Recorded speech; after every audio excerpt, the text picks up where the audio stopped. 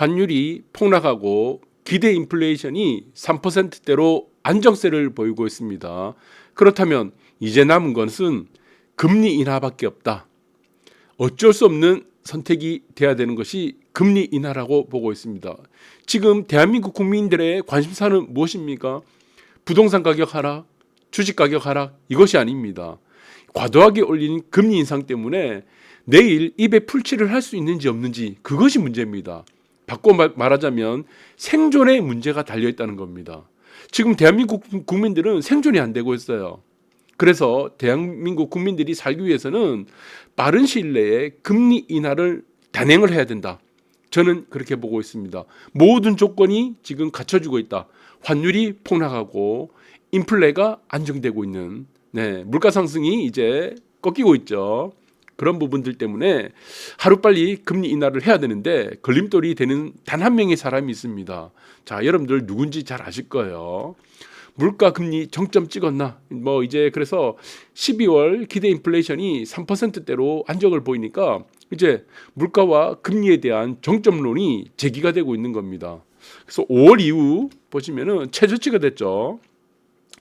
이 펜이 어디 갔어? 최저치가 됐고, 자, 물가가 이제 안정되면은 소비자 심리도 이제 조금씩 반등하게 될 겁니다. 여러분들 기대 인플레이션은 여러분들 잘 아실 겁니다. 이것이 3%를 가 가장 안정적입니다.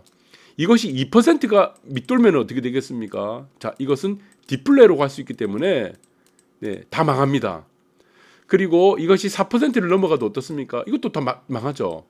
이거는 이제 인플레이션 때문에 힘들어지는 거고, 이 인플레이션은 또 다시 금리 인상으로 되기 때문에 힘들어진 겁니다. 그래서 가장 좋은 골디락스가 무엇입니까? 기대 인플레이션이 3%일 때가 가장 좋다. 그래서 지금이라고 보면 될 것 같아요. 여기서 조금만 더 안정이 되면은 이제는 자, 인플레이션에 대한 고민, 그리고 환율 상승에 대한 고민도 덜 수가 있고, 금리 인하를 우리는 기대를 완전히 할 수 있다. 그래서 모든 조건이 갖춰지고 있다, 이렇게 보시면 될 것 같아요. 그래서 이제 여기서는 물가를 기대 인플레이션이 2%대까지 밑으로 내려가야 된다. 자, 큰일 납니다. 디플레이션, 모든 세상에 눈에 보이는 모든 것들이 다 폭락한다는 것을 의미하기 때문에, 자, 물가는 어느 정도 상승 여력을 유지하면서 지속적으로 올라가는 것이 좋습니다. 그것이 기대 인플레 3%대다. 라고 보면 될 것 같아요. 기대 인플레니까 실질 인플레이션하고 좀 다르겠죠. 어쨌든 기대 인플레이션은 이거는 지금 이제 선반영한다. 이렇게 보시면 될 것 같아요. 선행한다, 이렇게 보시면 될 것 같아요. 선행 지표다, 이렇게 보시면 될 것 같아. 앞으로의 물가 지수를 반영을 한다. 미리 반영을 한다. 그래서 매우 중요하다고 저는 보고 있습니다. 또 한 가지, 지금 물가 정점 기대에 또 한 가지 지금 호재가 나타났죠. 그것이 무엇입니까? 장단기 금리 역전으로 지금 한 달 만에 정상화가 됐다는 겁니다. 그러니까 우리 단기 채권도 있습니다. 우리가 단기 채권도 있고 우리 장기도 있어요. 이제 만기가 많이 나면 장기 채권과 단기 채권이 있는데, 일단 금리가 어느 쪽이 높습니까? 장기 채권이 높죠. 당연히 기간이 많이 남았기 때문에. 근데 지금까지 우리가 금리 인상을 과도하게 하다 보니까 단기가 이게 맞습니다. 그러니까 단기 채권이 장기보다 높아졌던 이 역전 현상이 나타났는데, 이것이 어떻게 됐습니까? 이제 정상화가 됐다는 겁니다. 여러분들 잘 아시겠지만 주식에서 가장 중요한 것이 무엇입니까? 그 주식의 성장성입니다. 성장성, 매출, 순이익 이런 것들이 올라가야 되겠죠. 성장성이 어떻느냐, 이것이 그 주식을 판가름하는 기준이 되고, 부동산에 판가름하는 기준이 무엇이죠? 여러분들 구독자분들 잘 아실 겁니다. 이것은 입지죠. 입지, 로케이션. 입지입니다. 그러면 여기서 장단기 금리 나오는데, 이 채권과 관련된 금리, 채권에서 여러분들 가장 중요한 것은 무엇이죠? 이것은 듀레이션이라고 합니다. 이거 제가 방송에서 여러 번 말씀드렸습니다. 듀레이션. 자, 그러니까 채권이라는 것은 무엇이죠? 누군가가 돈을 빌려줬어. 그 증서입니다. 이자를 내가 몇 프로 준다. 쿠폰 이자하고 시장 이자가 있습니다. 두 가지가 이자였는데, 자, 이 채권을 결정하는 것은 무엇이다? 듀레이션이다. 그러니까 이 채권이 남아있는 기간이 있습니다. 만기가 얼마큼 많이 남았는가, 아니면은 현재의 시장 금리가 얼마냐에 따라서 이 채권의 가격이 결정됩니다. 자, 시장의 금리가 하락으로 가게 되면 어떻게 되겠습니까? 채권 가격은 올라가고, 시장의 금리가 올라갈수록 채권 가격은 하락을 하게 됩니다. 시장 금리에 따라서 채권 가격이 결정되는 거죠. 자, 그리고 듀레이션은 또 무엇입니까? 만기가 얼마큼 남았느냐에 따라서 채권 가격이 결정됩니다. 당연히 만기가 얼마 남지 않은 채권들은 어떻습니까? 가격 탄력성이 떨어지겠죠. 얼마 남지 않았으니까. 곧 만기가 되니까. 자, 그래서 이제 만기가 많이 남아 있는 장기 채권 같은 경우는 가격 탄력성이 높기 때문에 단기 채권보다는 채권 가격이 높게 형성된다. 이렇게 보시면 될 것 같아요. 금리도 높게 형성된다. 채권 가격이 높은 것이 아니고 금리가 높게 형성되는 것이 당연하다. 이렇게 보시면 될 것 같아요. 그러나 이것들이 이제 다 정상화가 됐습니다. 그래서 우리가 우려했던 상황들, 지금 무엇입니까? 지금 이제 인플레이션에 대한 기대 인플레이션이 이제 정상화로 됐고, 그 다음에 장단기 역전, 채권에 대한 이제 시장의 상황도 정상화가 됐습니다. 또 하나 이제 완벽하게 정상화가 되는 것이 무엇입니까?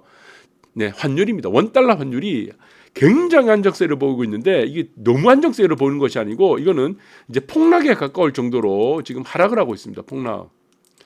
그래서 환율 같은 경우는 제가 금리 인하를 자꾸 지금 서둘러야 되는 이유 중에 하나가 이게 만약에 1,200원이 붕괴됐다 이러면은 디플레이션에 갈 수 있기 때문에 아까도 말씀드렸듯이 기대 인플레이션이 2%를 밑돌게 되면은 디플레이션으로 갈 수도 있고 환율도 1,200원이 붕괴되면은 이거 디플레이션으로 갈 수가 있습니다. 오히려 물가 하락, 우리가 직면해야 되는 문제가 생기기 때문에 자 이게 너무 가파르다 금리가.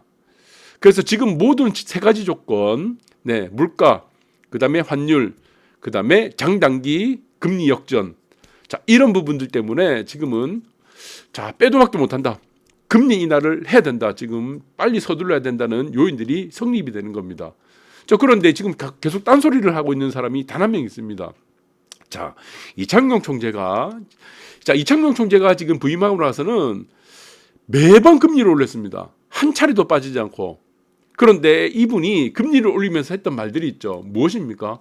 환율입니다. 환율 안정이에요. 빅스텝을 할 때도 10월 달에 할 때도 환율 안정이었습니다. 근데 이제는 환율이 폭락하죠. 환율이 상승하니까 지금 올라가니까 이 올라가는 것 때문에 빅스텝을 해야 된다는 이제 이유가 됐었는데 이제 환율이 하락을 하죠. 그러니까 환율 가지고 금리 인상을 못 하게 된 겁니다. 그래서 이제 말을 바꿨습니다. 어떻게 바꿨습니까? 이제 통화 정책의 중심이 물가로 더 바뀐 거예요. 어떻게든 금리 인상을 하려고 하다 보니까 이제 환율 갖고 말이 안 되니까. 자, 이제는 물가로 바뀐 겁니다. 근데 이 지금 물가가 어떻게 됐어요? 12월 물가 기대 인플레가 어떻게 됐죠? 3%가 됐습니다. 이제 지금 물가 가지고는 통화 정책에 대한 금리 인상, 금리 정책을 금리 결정을 할 수가 없다는 겁니다. 자, 그러면은 결국에는 환율과 그다음에 물가, 공공요금은 뭐 내년에 좀 남아 있겠지만 이 물가 부분이 이제 안정화되기 때문에 금리 인상에 대한 명분이 없다는 겁니다. 그런데 이분이 지금 하는 말은 뭡니까? 금리 인하 논의 시기상 조락하면서 여전히 지금 금리 인상에 대한 의지가 굉장히 강합니다. 그러니까 명분 자체가 없다는 겁니다. 이분이 지금 금리 인상을 얘기하는 것은 명분이 없어요. 사실은 어떻게든 이유를 끌어가지고 금리 인상 시키겠다는 겁니다.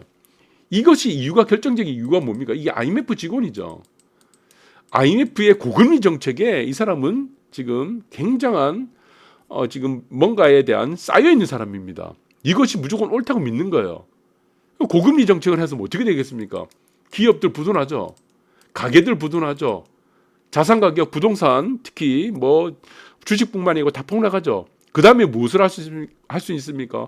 헐값에 매입을 하면 되는 겁니다. 투기 자본들과 같이.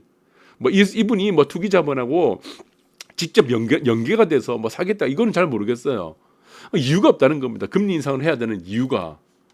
자, 모든 퍼즐들이 지금 어디로 가고 있습니까? 더 이상 금리 인상에 대한 여지를 둘 필요가 없이 빨리 금리 인하를 하는 것이 선행이 돼야 된다.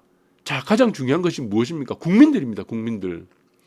국민들이요. 지금 앞에 부동산이라든가 주가 이게 문제가 아니고요. 내일 어떻게 먹고 살 건가? 입에 풀칠을 어떻게 할 것인가? 그게 지금 안 되고 있는 상황입니다. 생존이 안 되고 있는 상황이에요. 그래서 금리 인하가 빨리 지금 해야 된다고 지금 제가 계속 꾸준하게 말씀드린 거고, 우리가 지금 2007년도 우리 여러분들 잘 아실 겁니다. 2008년도 금융위기가 있었죠. 미국의 서브프라임 모기지 사태. 이 금융위기 때 우리나라가 어떻게 극복을 했습니까? 전 세계에서 가장 빨리 극복을 했습니다. 어떻게? 이명박 정권이 들어왔고 가장 먼저 금리 인하를 했습니다. 가장 먼저. 전 세계에서 가장 먼저 금리 인하를 하고 선제적으로 통화정책을 완화시켜 버렸습니다. 규제를 다 없애고. 그래서 우리나라가 이때 굉장한 지금 전 세계 마켓 셰어를 가져가면서 또 한 단계 업그레이드 되는 이 상황을 만들었습니다. 그런데 자꾸 지금 뭔가를 금리 인상을 해서 국민들을 이렇게 쪼달리게 만들고 지금 보세요. 월소득 60%가 주택담보대출 상환, 이게 일반적인 대한민국 국민들의 상황이란 겁니다. 그 사이에 은행들은 이자 장사한다고 지금 바쁘죠. 가상금리 놀이한다고 지금 서민들 머리에 빨대 꽂아가 다 빨아먹고 있습니다. 자, 한국은행은 금리를 돌려가지고 국민들의 자산을 보호해야 될 이 지금 한국은행이 자산을 지금 다 폭락시키고 있는 상황이고 어떻게 되겠습니까? 여러분들 여러분들이 상식을 갖고 있는 사람이라면 어떤 결정을 해야 되겠습니까? 물가도 지금 안정되고 있어. 꺾였어. 금리 지금 환율은 폭락하고 있어. 네, 그리고 금리의 장기 금리가 우리 지금 단기 금리보다 높아야 되는 지금 이제 단기 금리가 장기 금리보다 높아졌던 상황이 이제는 정상화됐습니다. 장기 금리가 단기 금리보다 높아진 상황으로 역전이 됐어. 네, 정상화됐습니다. 무엇을 해야 될까요? 자, 지금 내일 라면을 먹을지 굶어야 될지 이것을 고민해야 되는 국민들을 위해서라도 저는 빨리 대한민국을 살려야 되고 경제를 회복시켜야 된다. 더 이상 금리 인상, IMF 놀이에 빠져가지고 자기들은 뭐 잘 먹고 잘 사니까 어떻습니까? 걱정 없겠죠. 그러나 대다수의 대한민국 국민들을 위해서라도 제발 빨리 정신 차려야 됩니다. 자, 여러분들 참고하시기 바라겠습니다.